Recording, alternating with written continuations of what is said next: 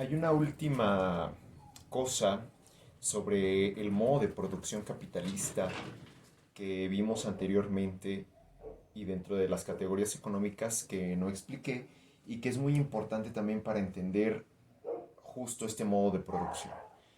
Esto que lo diferencia del comunismo primitivo, del esclavismo, del feudalismo y del comunismo moderno que se planteó el materialismo histórico de Karl Marx, que es la generación del plusvalor en la jornada de trabajo.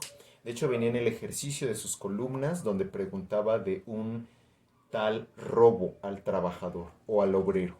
¿En qué consiste eso? Que también se le suele conocer como un robo institucionalizado.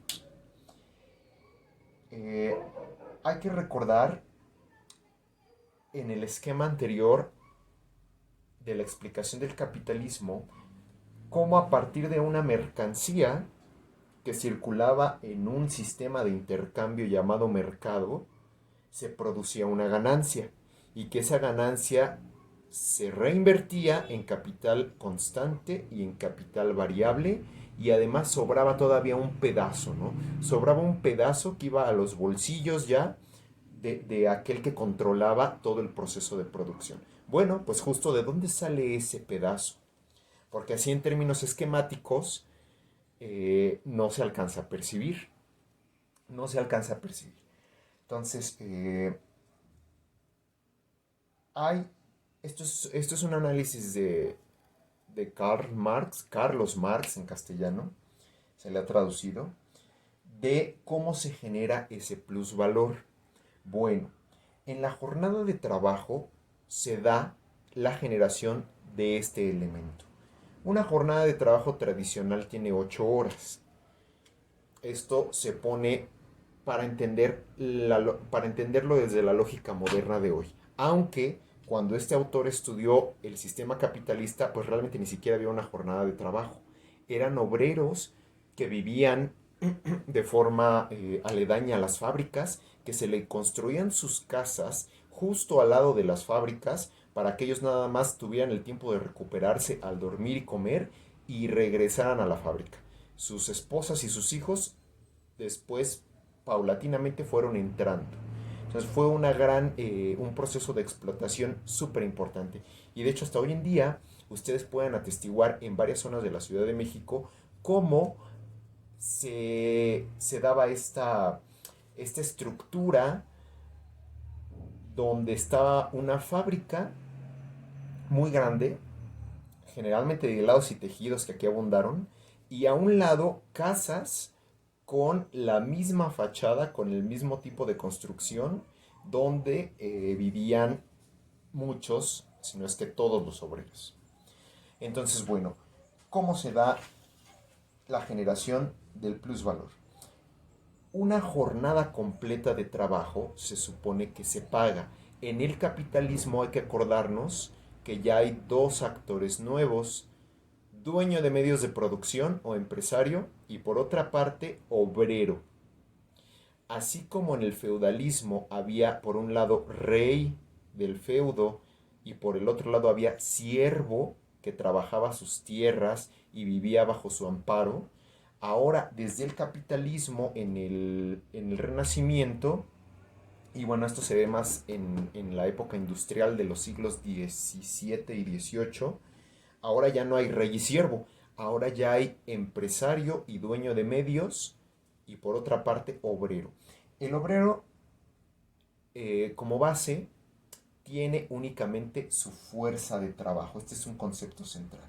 El obrero aquí ya no tiene tierras para producir ganancias. El obrero no tiene los medios con los que se quedó el propietario de los medios de producción. Todo esto es en un plano reduccionista, acuérdense de eso, para entender la dinámica del capital. No es que se divida la sociedad toda así de manera tajante, pero es un acercamiento teórico. Entonces, el obrero, que justamente tiene que ir a una fábrica, a una empresa, a trabajar 8 horas para que le paguen, pues se supone que va a que le paguen porque no tiene nada más que vender que su fuerza de trabajo. Entonces, esta jornada no se paga completa. Si se pagara de forma completa, si se remunerara totalmente al trabajo obrero, entonces el obrero se quedaría con mucho más margen de ese de esa ganancia generada. Lo que ocurre aquí es que durante todo el proceso de 8 horas se genera valor. Cuando se fabrica una mercancía, la mercancía que sea, por manos o por máquinas, esta mercancía guarda ya un valor. Incluso desde antes de que se venda, ya tiene valor. Porque hubo manos que la hicieron, que sacaron plástico, metal, sustancias, que la trabajaron, que los insumos los formaron, les dieron forma, las máquinas la procesaron y salió esto. Entonces, cuando está en el aparador, ya tiene mucho valor detrás que no se ve, que es mucho más que el rojo y el brillante del artículo. Entonces, de todo el trabajo que implicó hacer la mercancía de esas 8 horas, realmente solamente se le paga el equivalente, decía este teórico, a 1 hora de trabajo. ¿Por qué? Para que todo el resto de valor justamente se vaya al plusvalor. Todo me cuenta que esto sería, fíjense nada más, aquí en esta sección roja yo tengo al capital variable, que es justamente la fuerza de trabajo, y tengo también el capital constante, que son máquinas, que son rentas de lugar. Y básicamente todo esto es lo que se va directamente a un usufructo libre de quien es dueño de los medios de producción. Por eso esa es la gran riqueza y el triunfo del capitalismo, jóvenes, que me da el gran poder y libertad de gastar en lo que yo quiera y de enriquecerme hasta el nivel que yo quiera. Por esta gran diferencia. Como reinvierto poco, bueno, más bien, en ese plan que yo hago de mi proceso productivo, tengo que reinvertir poco y ganar mucho. Si yo no gano mucho, el capital muere, no tiene razón de ser, porque se agotaría aquí. Y no habría razón de estar administrando capital variable y capital constante, porque pues todo me lo comería esto. Entonces realmente al obrero y su fuerza de trabajo, en términos teóricos, se le despoja de lo que debería estar ganando. Y bueno, en términos prácticos y reales también, si consideramos el salario, el monto del salario, pero ese ya es otro tema. Un tema más específico, digamos. Entonces, de este proceso sale justamente toda la ganancia que va a generar plusvalor. Acuérdense del prefijo plus. Eso le da su definición. Es plus porque es extra. ¿Extra a qué?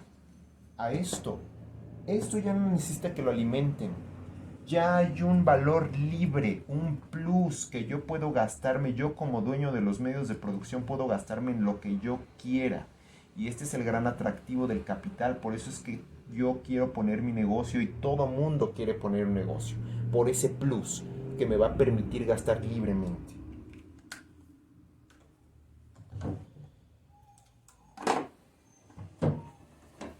Ahora, como ustedes pueden adivinar, hay una tensión entre dos personajes, dos actores que tienen intereses encontrados.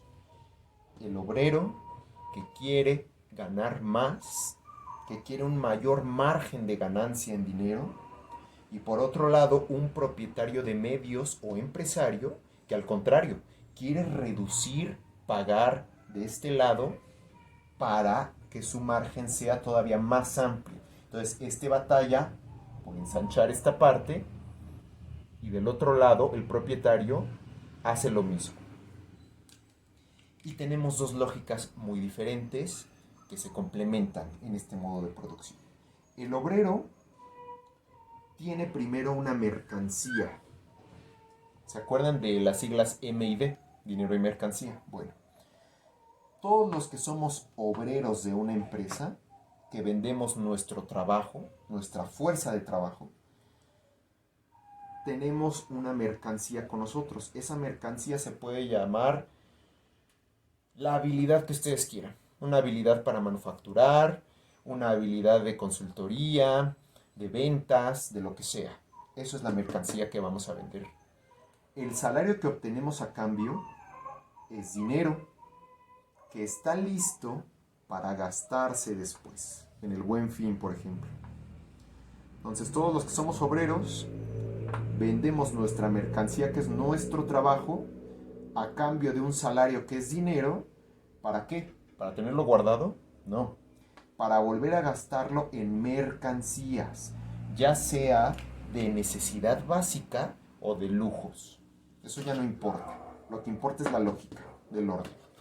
Vámonos con el lado opuesto. Lo que hace un propietario de medios de producción es lo contrario. Primero tiene un capital, un dinero, que tiene listo para iniciar o mantener su empresa. Contrata a obreros, compra máquinas. Acuérdense que los obreros que tienen la fuerza de trabajo, eso es una mercancía. Y las máquinas también son mercancías. Son objetos, vamos. La mercancía es un objeto. Contrata obreros y compra máquinas. ¿Para qué? Pues para que le generen plusvalor, que es dinero. Obviamente, no es que se acabe aquí. Todo empresario, por supuesto que también hace esto, también consume, pero eso ya lo hace en un segundo momento. Esto es consumo.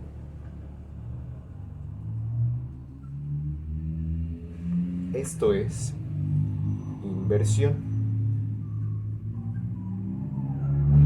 ¿Que un obrero no puede hacer inversión? Por supuesto, también la puede hacer en un pequeño negocio. Que un empresario no puede hacer consumo, todo el mundo lo hacemos en el capitalismo. Lo que importa aquí, jóvenes, es que ustedes distingan que el capitalismo se rige por dos lógicas que se complementan y que además se complementan porque se extrae dinero, se extrae valor de una parte para llevarlo a otra. Y entonces esto crea una desigualdad que vamos a ver en el caso de México de manera concreta en las próximas sesiones. Últimas herramientas de análisis para la materia de estructura socioeconómica de México. Vamos a ver en esta materia modelos económicos, como ya les había contado, a partir de los años 40 del siglo XX. Vamos a ver la sustitución de importaciones, después el desarrollo estabilizador, posteriormente el desarrollo compartido, después la entrada del neoliberalismo. Y en estos grandes modelos y análisis de crisis, de devaluaciones, de inflaciones, de ganancias, de pérdidas, es muy importante que tengamos en cuenta un esquema general de la economía de una nación. Obviamente hay variables micro y macroeconómicas que son muy complejas, que analizan a detalle todo lo que entra y sale, todo el comercio, pero en este nivel y para esta materia nos vamos a quedar con esta herramienta básica que se llama balanza de pagos. La balanza de pagos de una nación tiene dos, en su rama de balanza comercial particularmente, tiene dos factores que son los con los que nos vamos a quedar. Por un lado, las importaciones y las exportaciones.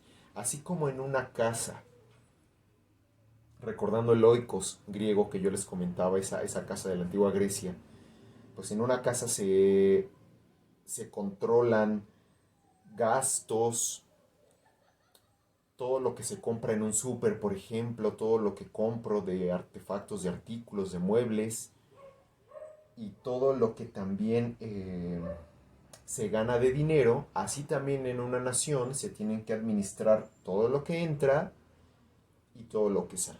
Las importaciones, entonces, son todas esas acciones comerciales a través de las cuales eh, se adquieren productos y servicios del extranjero, como lo ven en la imagen. Bienes y servicios que del extranjero entran al país y entonces son comprados. Son comprados por el gobierno. Entonces, cuando las compras son demasiadas, hay un déficit. Ahorita lo voy a explicar. Del lado contrario tenemos las exportaciones. Como lo pueden ver en la imagen, las exportaciones, a diferencia de estas, salen. Es decir, se venden. Son productos o servicios que se venden al extranjero. La importancia de las exportaciones es que nos regresan divisas.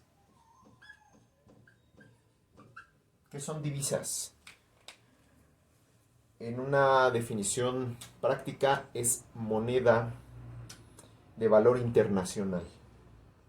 Entonces, cuando yo exporto algo es porque lo vendo al extranjero, el que recibe en el extranjero me paga y lo guardo generalmente en forma de dólares. Esas son las divisas.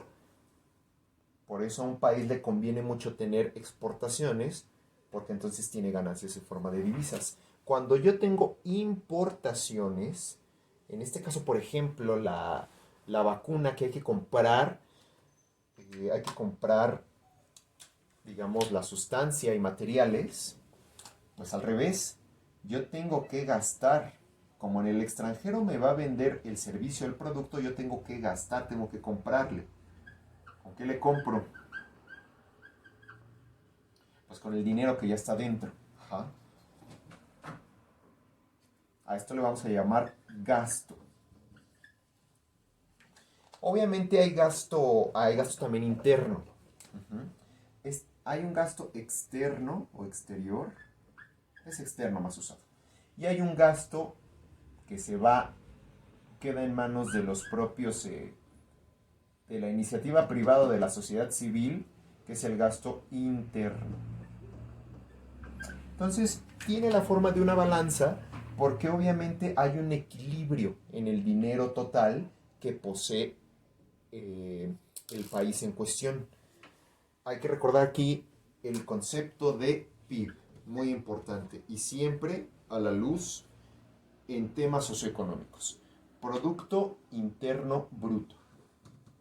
El conjunto de el valor de todos los bienes y servicios comerciados en un año. Y aquí tiene que ver entonces la balanza.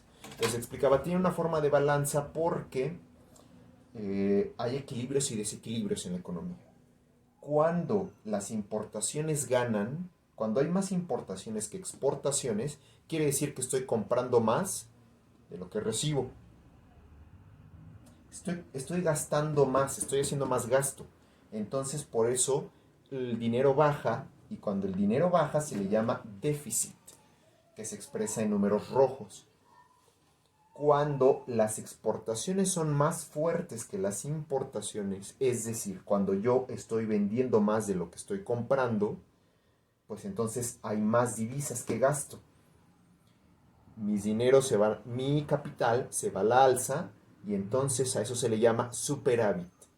En el equilibrio económico, tener más de esto es superávit, que se expresa en números negros,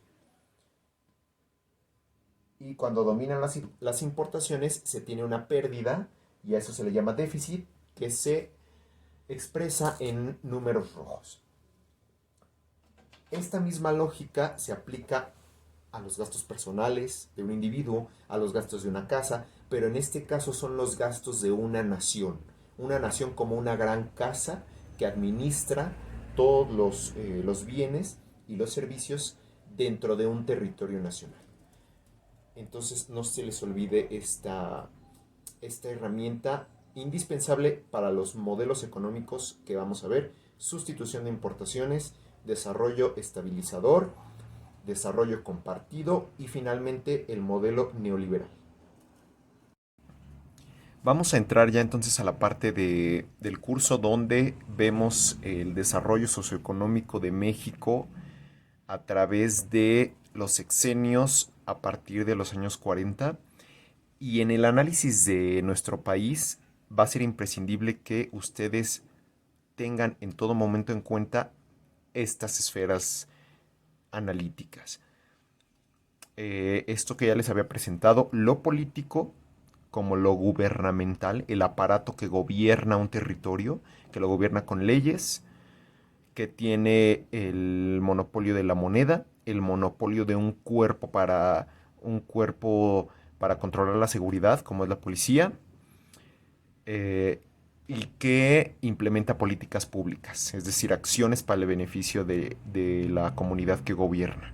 La esfera de lo económico, que habla de todos los recursos de intercambio, los bienes y servicios, que ya vimos un poco la definición de estos, que incluye los sectores productivos, agrícola, el segundo que es industrial y el tercero que es servicios, y por último la esfera social, que es aquí donde la esfera social y lo político se corresponden más con la superestructura en estas categorías económicas de Karl Marx, de acuerdo con su postura del materialismo histórico. Bueno, ahora hay que tener en cuenta que estas esferas son analíticas, jóvenes. Son teóricas, eso. Son teóricas porque la realidad es muy compleja y la realidad no está partida así, en tres burbujas interconectadas. Todos los problemas tienen un poco de todo, pero el hecho de aislarlas en tres factores nos ayuda un poco a entender cómo se dan los fenómenos y en qué dirección.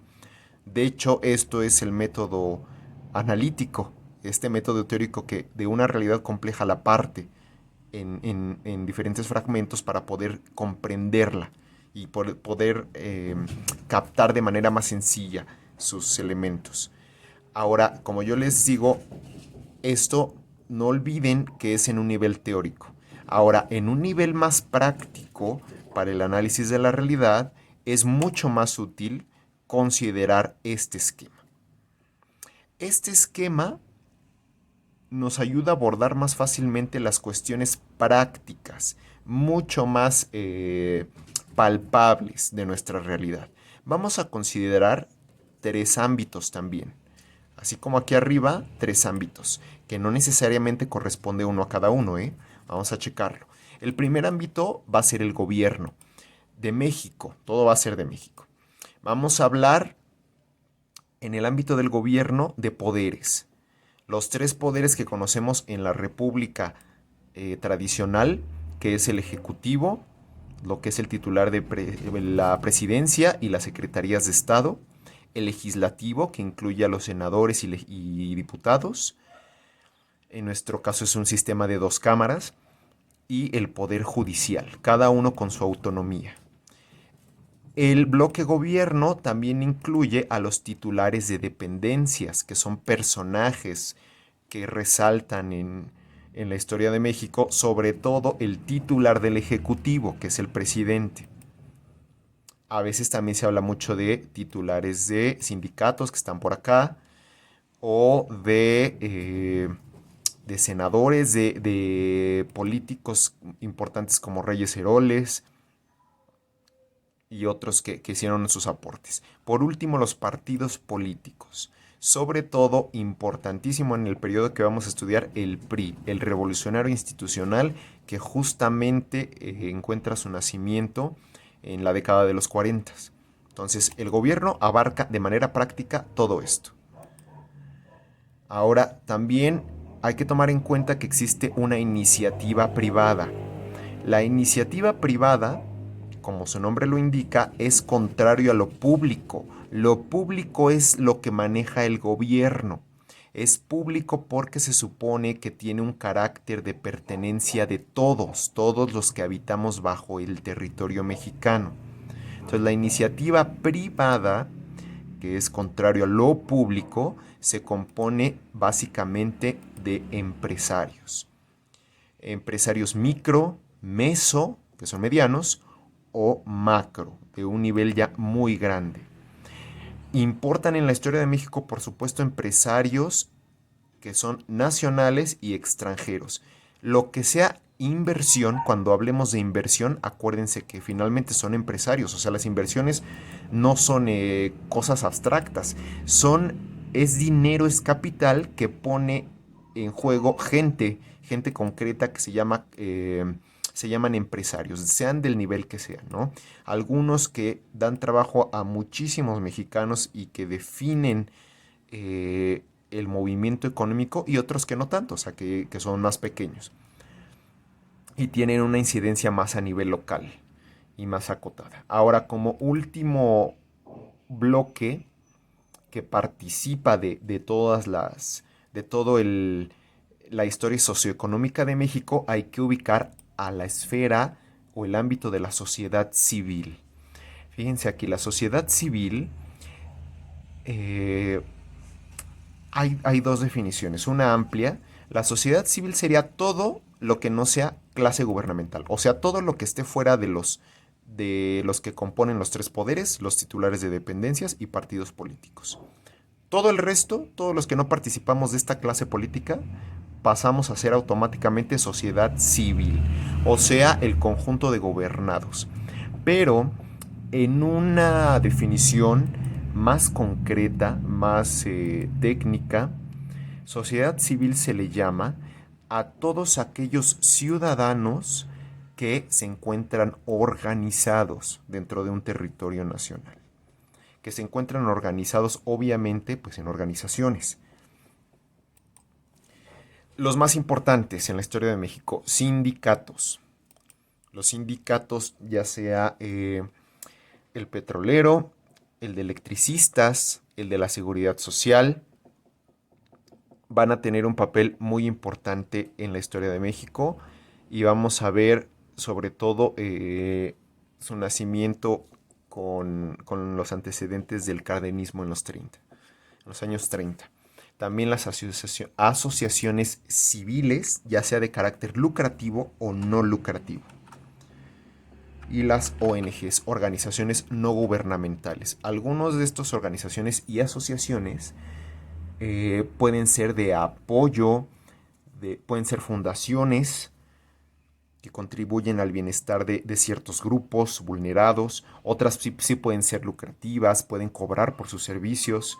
Y fíjense, si son lucrativas, al mismo tiempo que son sociedad civil, pues también forman parte de la iniciativa privada. Pero hay que diferenciarlas bien. La gran mayoría de estas no son lucrativas. Solamente unas pocas. Cuando ya son, digamos que su objetivo principal es generar una ganancia, podemos ya mencionarlos como empresarios que constituyen el sector privado. Ahora hay un último grupo, digámoslo así, que no se puede encasillar bien en alguno de estos tres. Por eso es que algunos especialistas le llaman el cuarto poder. Este grupo es el de los medios de comunicación, y es un grupo muy importante, el cual no se le ha dado el debido, no se le ha reconocido el peso que tiene en la historia mexicana, en los libros sobre todo. Hasta muy recientemente se ha reconocido que es es un factor muy importante en las decisiones que se toman en el país, en los movimientos, en las reacciones, en las opiniones. Los medios de comunicación pueden estar ligados fuertemente a la iniciativa privada, como es el caso de TV Azteca, el caso de Televisa, por supuesto. También los medios de comunicación tienen un sector de gente que es independiente, ya sea de izquierda o derecha, eso no importa, es gente que no está alineada a una empresa. Y entonces estos medios de comunicación más independientes se identificarían más con la sociedad civil. Ahora, aunque estos están más alejados del gobierno, no dejan de tener una relación con él, por eso lo puse en medio. Hay canales que forman parte de organizaciones descentralizadas del gobierno, como Canal 22, como Canal 11 del Instituto Politécnico Nacional. Entonces finalmente tienen una relación indirecta con el gobierno y por eso están en medio. Estos son los factores básicos que ustedes tienen que recordar en todo momento cuando analicemos los sucesos de el México contemporáneo del siglo XX. Ya van a tener ustedes en cuenta que hay 3 esferas teóricas y 3 ámbitos prácticos para analizar nuestra historia reciente.